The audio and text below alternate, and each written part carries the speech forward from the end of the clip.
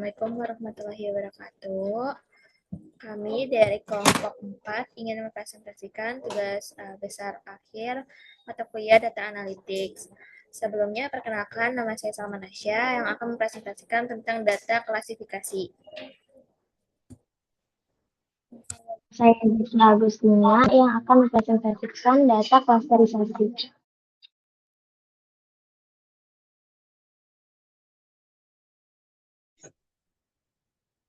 Saya Windy Indriani, menjelaskan data prediksi.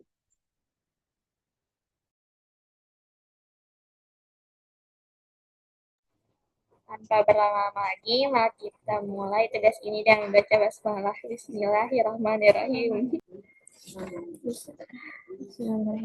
Oke, jadi sekarang saya akan nunjukin sumber yang saya dapatkan dulu nih tentang data yang mau saya eksplorasi dan juga prosesi.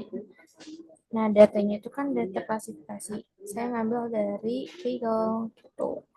Dan ini, ini prediksi. Wait. Bentar. Nah, ini data klasifikasi yang saya dapatkan dari Kaggle.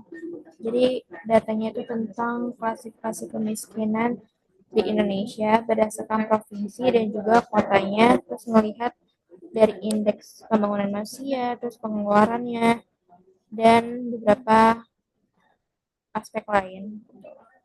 Ini kalau bisa dilihat di awalnya kayak gini. Nah, okay. Dan udah saya download, dan kita lihat dulu ya di Excel kayak gimana tampilannya.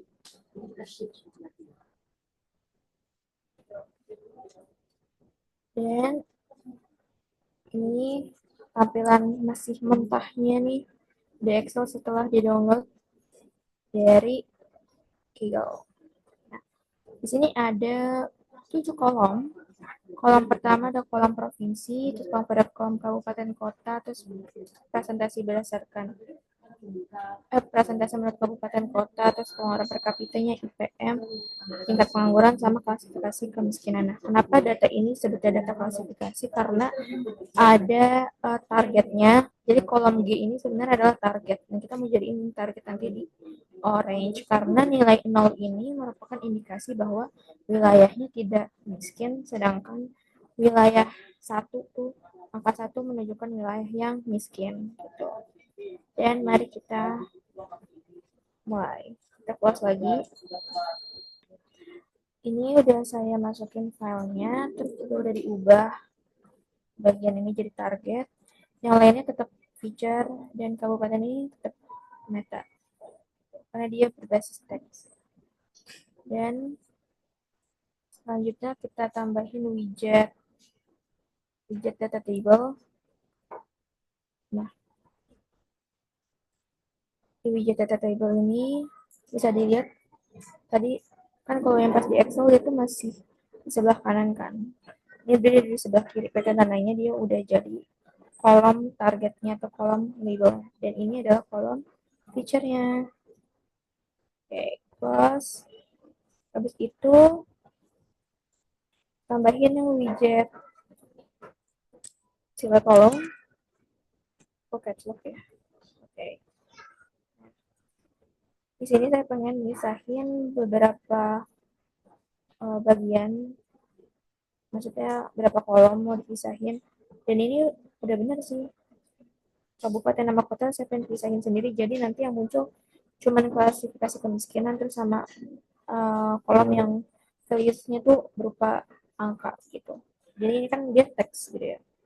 Jadi ini saya pengen lihat nanti hasilnya pasti grafik yang angka-angka aja.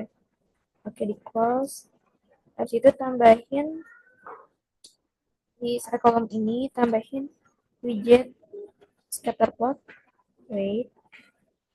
sama pivot table. Nah, scatter plot ini tujuannya untuk melihat persebaran penduduk yang miskin. Wilayah miskin itu bisa melihat dari pengeluarannya ada berapa banyak.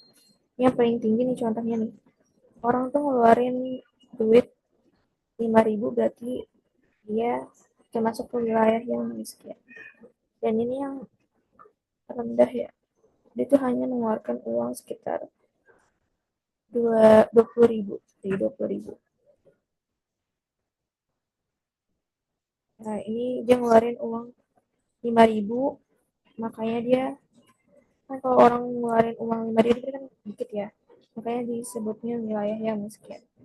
Tapi kalau dia ngeluarin uangnya banyak, berarti dikategorikan wilayahnya itu mampu gitu, orang-orangnya orang-orang kaya. Tapi bisa juga kalau misalnya mau coba pakai berdasarkan warna itu, pengeluaran per kapita, terus juga persentase penduduk miskin, IPM, tingkat pengangguran, itu bisa. Habis itu di close. Dan pivot table tadi nih, pivot table ini tujuannya untuk merangkum hasil dari select column tadi. Dan ini ketahui kan tadi, diketahui kalau misalnya ada 515 baris. Coba kita lihat nih ya, di data table tuh ada 514 kolom. Kolom atau baris-baris nih? Baris instance. Terus 5 feature, terus juga target sama metanya kan. Nah, di pivot table ini ketahuan nih kalau misalnya ternyata wilayah yang 0 itu ada 452 data. Yang wilayah 1 berarti miskin berarti ada 62 data. Ini totalnya 514. Jadi kayak dia tuh ngerangkum gitu untuk di bagian pivot table. Lalu dari widget file ke widget distribution.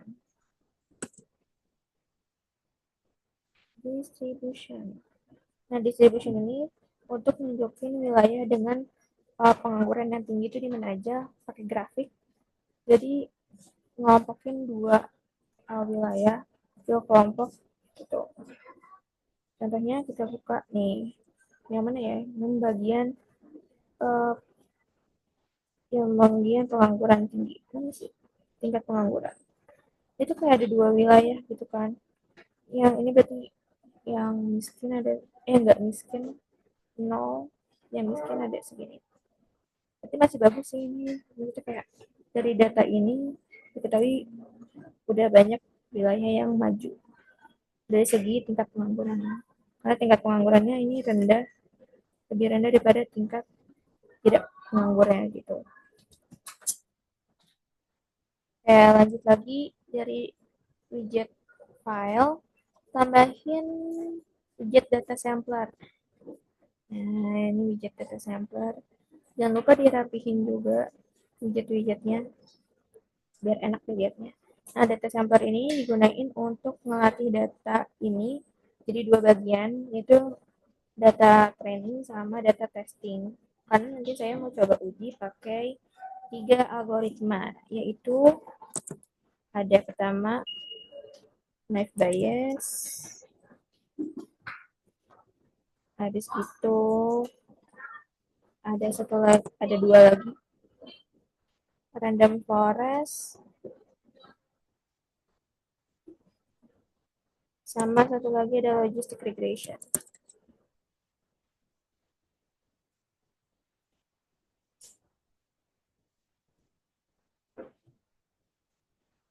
Nah, dari data sampler ini diarahin ke test and score. Nah, terus dari masing-masing algoritma dimasukin ke test and score, dihubungin, itu dia running kan, angkanya gerak. Nah, loading, oke. Terus kita cek nih di test and score-nya. Wah, ternyata random forest paling tinggi. Terus map bias sama logistic regression tuh beda tipis ya, beda kayak 2 doang tingkat keakuratan. Jadi tapi yang paling akurat adalah random forest. Nah, kenapa sih saya pakai algoritma knife bias, random forest sama logistic regression? Karena pertama kalau knife bias ini dia bisa ngelihat kalkulasi data tuh untuk data-data yang dianggap sederhana sama knife bias. Kan contohnya data saya ini datanya simple, maksudnya cuma ada 7 kolom, terus juga 515 itu dia masih mampu untuk mendeteksi gitu. Lalu kalau untuk random forest, ini kenapa saya pakai? Karena di data saya yang tadi itu isinya nggak cuma angka-angka doang, tapi juga ada huruf gitu kan, maksudnya dia masuk ke dalam satu data itu, dan dari nilai yang beragam ini random forest masih bisa ngeprediksi, bahkan tingkat keakuratannya paling tinggi. Lalu kan untuk logistic regression, karena saya pengen ngelihat pengaruh antara feature dan juga si targetnya gitu. Saya pengen ngelihat apa sih hubungan si ini nih, para feature ini ke si targetnya, apakah ada hubungan yang linear atau tidak, makanya pakai linear logistic regression gitu. Dan selanjutnya ke widget confusion matrix. Oke. Di widget confusion matrix ini tujuannya untuk melihat kesalahan, apakah masih ada kesalahan prediksi dari si test and score. Dan kesimpulannya, kalau net Bayes ini ternyata masih, untuk memprediksi dia tuh masih ada 29 ya data yang salah prediksi. Terus kalau random forest ini cuma 5, dan logistic regression dia udah bener cuman ada data aktualnya, data yang aslinya itu masih salah di testing, pas di testing masih ada 6 gitu. Dan oke, kita close.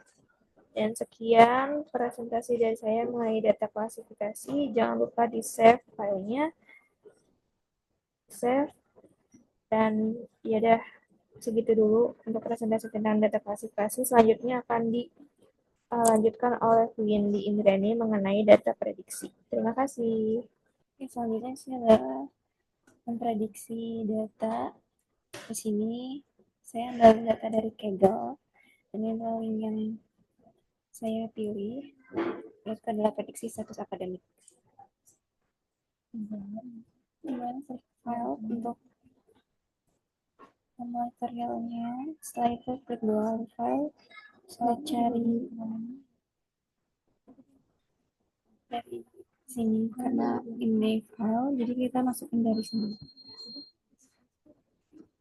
Setelah itu kita pilih file yang sudah tadi di download.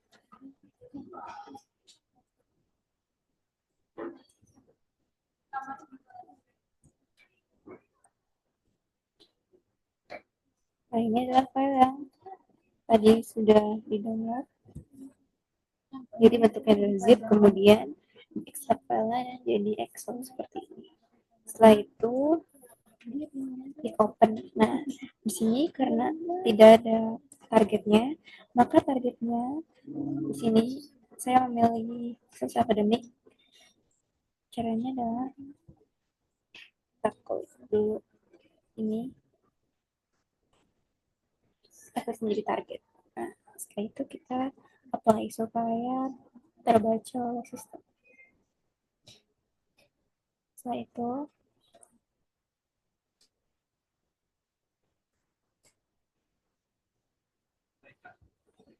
kita tambahkan data table. Data table ini berguna untuk mengetahui data mentah yang telah tadi kita input. Di sini no missing data dan ada 8 features dan 1500 index. Sini ada targetnya yaitu status akademik. Kemudian setelah kita pilih data table, kita sambungkan dengan data select column. Select column ini berguna ketika kita ingin memilih fitur apa saja yang dirasa penting atau yang tidak terlalu berkaitan dengan datanya. Di sini ada status menikah, umur, yang telah dipisahkan.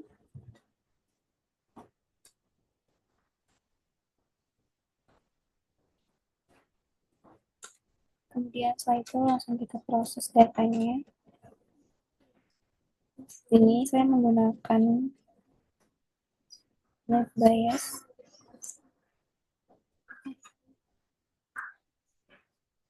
Left bias ini sebagai klasifikasi untuk data yang telah dipilih. Kemudian saya menggunakan tree juga. Kita cari tree. Ini digunakan untuk mengklasifikasikan data berdasarkan kategori yang telah diinput. Dan di sini data yang satu adalah status akademik. Kemudian di sini saya menggunakan AdaBoost.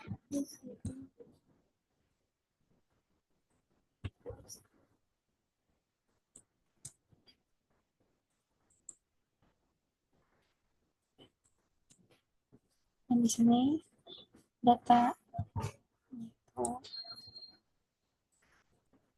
yang AdaBoost ini untuk meningkatkan akurasi dibandingkan model dari tree dan juga left bias. Jadi di sini saya menggunakan 3 widget dari Orange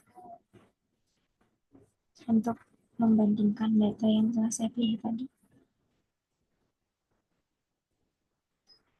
Kemudian saya akan memilih data test and score.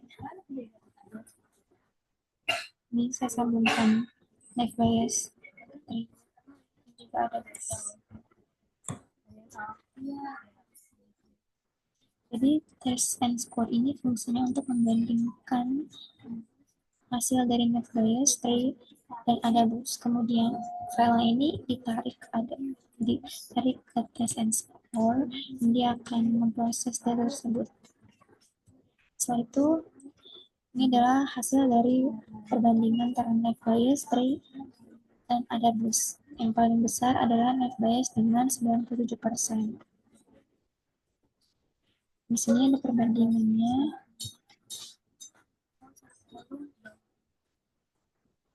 Kemudian di sini saya akan menggunakan lagi prediksi. Kita akan menggunakan prediksi di sini. Jadi di sini akan diproses datanya dari left bias, tree, dan AdaBoost. Jadi prediksi ini akan menampilkan data atau hasil dari data yang aktual dan telah diproses oleh masing-masing dari algoritma.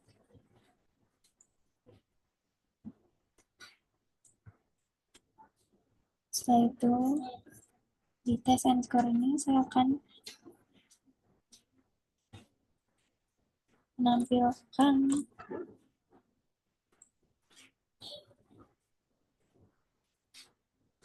hasil dari semua perhitungan test and score. Setelah itu saya akan menampilkan pivot table.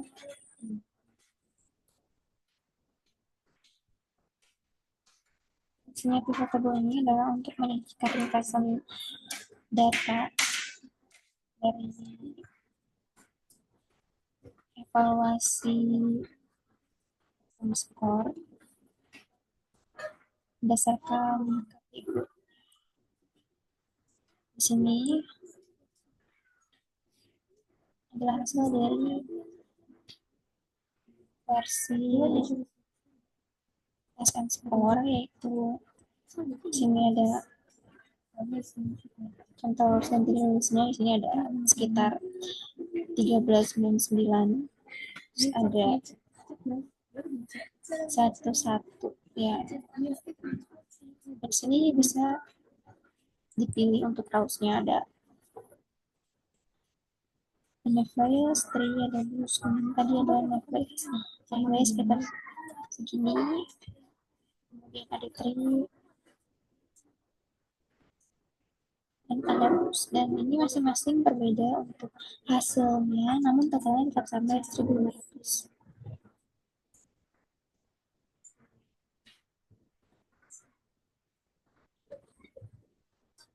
Di sini ada value-nya yang bisa dipilih.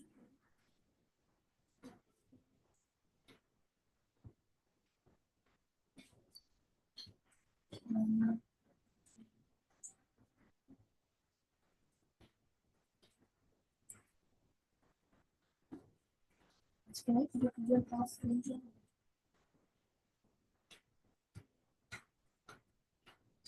Ini ada count define berbeda dengan count yang biasa ini, guys. Hasil akan berbeda antara count maupun count define, karena count define-nya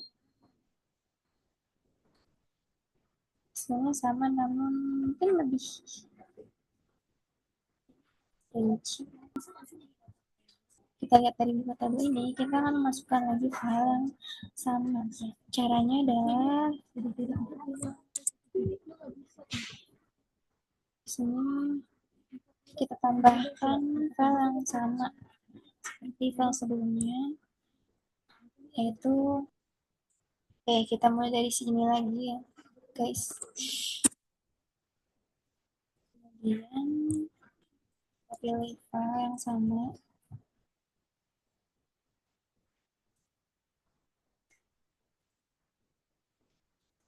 kita akan menggunakan cara yang berbeda, yaitu dari prediksi.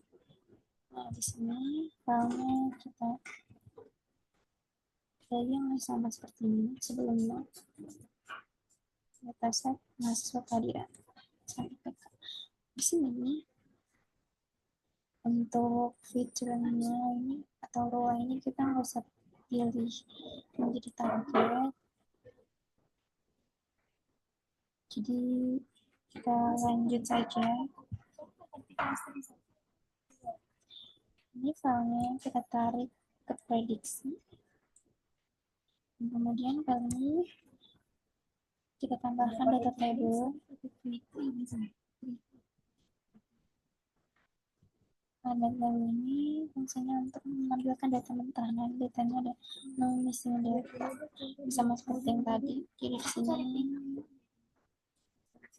tidak ada targetnya ya. Tidak ada targetnya. Kemudian kita sambungkan prediksi ini ke pivot table. Jadi nanti datanya akan berbeda dengan SN.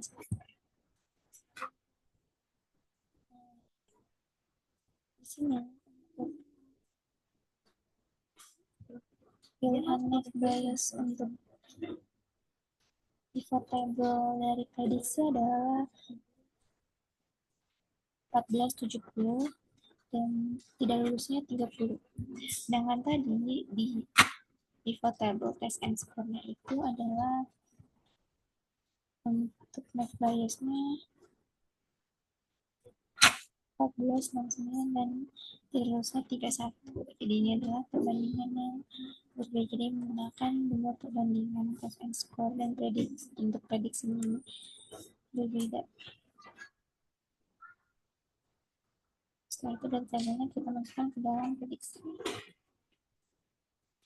Saya lupa guys.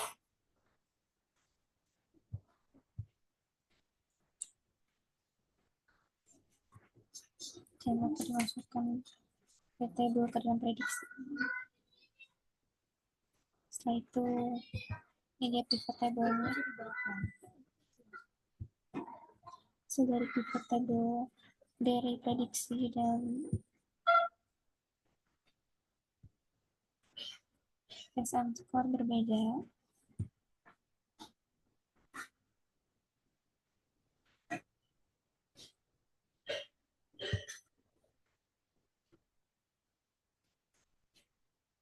Oke, baik. Jadi ini adalah hasil prediksi dari data.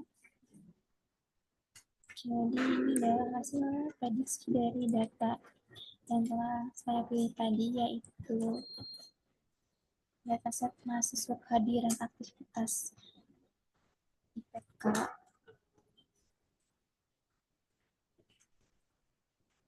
Dan sekian, dan dilanjutkan oleh Zakia Agustina sebagai klasterisasi. Oke, selanjutnya bagian saya yaitu di clustering. Di sini saya akan menunjukkan pertama datanya. Datanya itu saya pakai dari Kaggle yang clustering penguin spesies. Di sini ada kolomnya tuh ada ini column length, column depth, segala macam, terus di download, lalu kesimpan dalam bentuk zip. Nah, nanti zipnya diekstrak, baru ada file spreadsheet-nya atau Excel-nya. Nah, berarti lanjut ke langsung ke eksekusi clustering filenya. Yang pertama itu kita ke drag dulu ininya nih, widget filenya. Di widget file nanti kita pilih lokasi di mana si apa namanya data yang mau kita clustering itu. Saya simpan di apa namanya folder achieve penguin 2, terus di sini ada data ininya, kita pencet, lalu di sini kalau udah sesuai kita cek dulu apakah ada teks atau ada apa yang kita iniin, terus kita apa namanya kita baca juga infonya. Di sini ada 344 instance, terus ada 5 feature di mana ada 1.0 missing value, terus ada data has no target sama no meta attributes. Karena clustering jadi tuh nggak harus pakai ada targetnya gitu. Ini kita kan pengelompokan. Lalu kita tambahkan widget data info di mana data info ini untuk kayak singkatnya gitu. Yang tadi kita buka di file kan ada yang di atas, nah itu ini untuk singkatnya gitu. Lalu selanjutnya tambahkan juga data table di mana ini membaca tabelnya gitu. Karena kalau kita buka di spreadsheet bukan di aplikasi Orange, itu tabelnya itu berantakan. Sedangkan kalau udah di sini tuh udah bisa dibaca gitu. Nah, di sini ada terlihat ya ada tabel-tabel yang kosong yang jadi 1.0% missing value-nya. Setelah itu, karena kita udah tahu nih ada missing value, maka file penguin tadi itu harus diproses dulu. Nah, prosesnya itu saya pakai input missing value bagian remove rows. Remove rows with missing value. Itu yang singkat, jadi kayak biar cepat juga, kan tabelnya nggak banyak, row-nya juga nggak banyak. Setelah sudah diproses, kita bisa melihat hasil data table 2. Kita ganti aja ini ke data table 1. Dia pokoknya data table after proses ya. Di sini terlihat udah nggak ada lagi data yang kosong, tabel yang kosong, di mana tulisannya juga no missing data.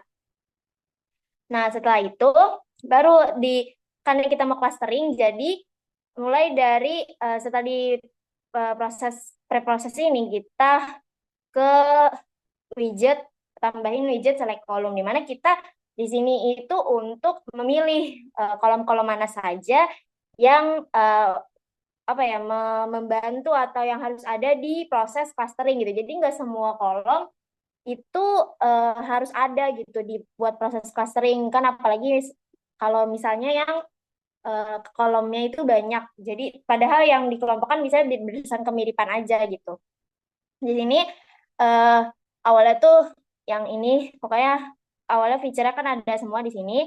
Lalu kita pilih di sini kolom-kolom mana saja yang harus atau yang penting gitu untuk proses clustering. Nah, di sini saya memutuskan untuk yang ini di-ignore aja karena yang dibutuhkan cuma ini berdasarkan kemiripan-kemiripan bentuk tubuhnya. Lalu kalau sudah di bagian select column, baru deh kita masuk ke bagian proses clustering. Yang pertama itu ada prosesnya itu ada widget key means, di mana ini tuh yang paling penting dan utama gitu.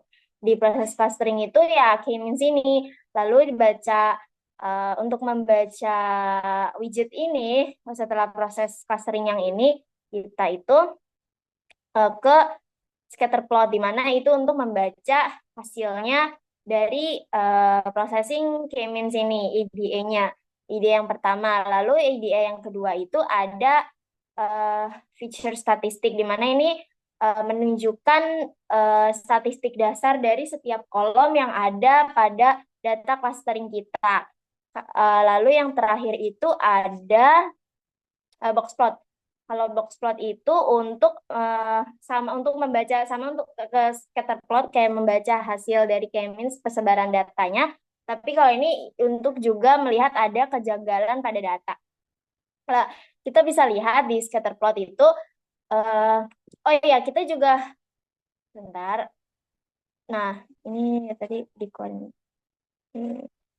Nah, kita juga bisa melihat setelah di select column itu dan di k-means kita bisa melihat apa ya, ada namanya table baru setelah diproses clustering k-means, yaitu ada wait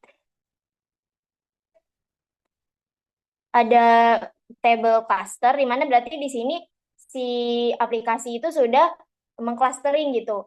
Sama ada siluet di sini si aplikasi RNG proses k-means itu sudah mengclustering kolom-kolomnya atau data-datanya menjadi dua cluster, yaitu C1 dan C2 berdasarkan kemiripan dari penguin-penguinnya. Lalu ini kan berarti data table after di proses k-means kan. Nah, ini juga scatter plot begitu, ini untuk membaca persebaran hasilnya. Jadi kalau misalnya ini kayak misalnya ini kolom lengthnya, berarti ini panjang parunya berdasarkan panjang paru, terus ini berbanding sama ketebalan paru. Nah, ini persebarannya yang C1 kan ini tadi udah di k-means, sudah di clustering. Jadi ini tuh udah warna-warni gitu. Berarti ini persebarannya cluster 1 berdasarkan kemiripan yang C2 itu berdasarkan kemiripan yang tebalnya paru sama panjangnya paru. Jadi yang C2 kelompok C2 ada di sini, berarti yang C1 ada di sini. Lalu itu ada C3 tuh yang hijau. Ini gitu. Dan ini bisa diatur sesuai sama yang kita pengen tahu persebarannya gitu. Ini misalnya body mass sama ini terus atau ini itu persebarannya kayak gitu, ada C1, C2 sama C3. Lalu yang ini udah scatter plot. Nah, ini itu kalau bagian feature statistik itu untuk melihat sih rata-rata pokoknya median, modus itu dari setiap kolom yang ada di data.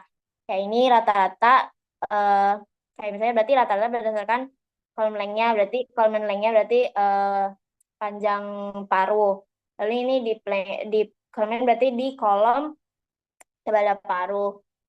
Ini nilai maksimalnya sama nilai minimalnya sama nilai rata-ratanya. Lalu di box plot yang terakhir.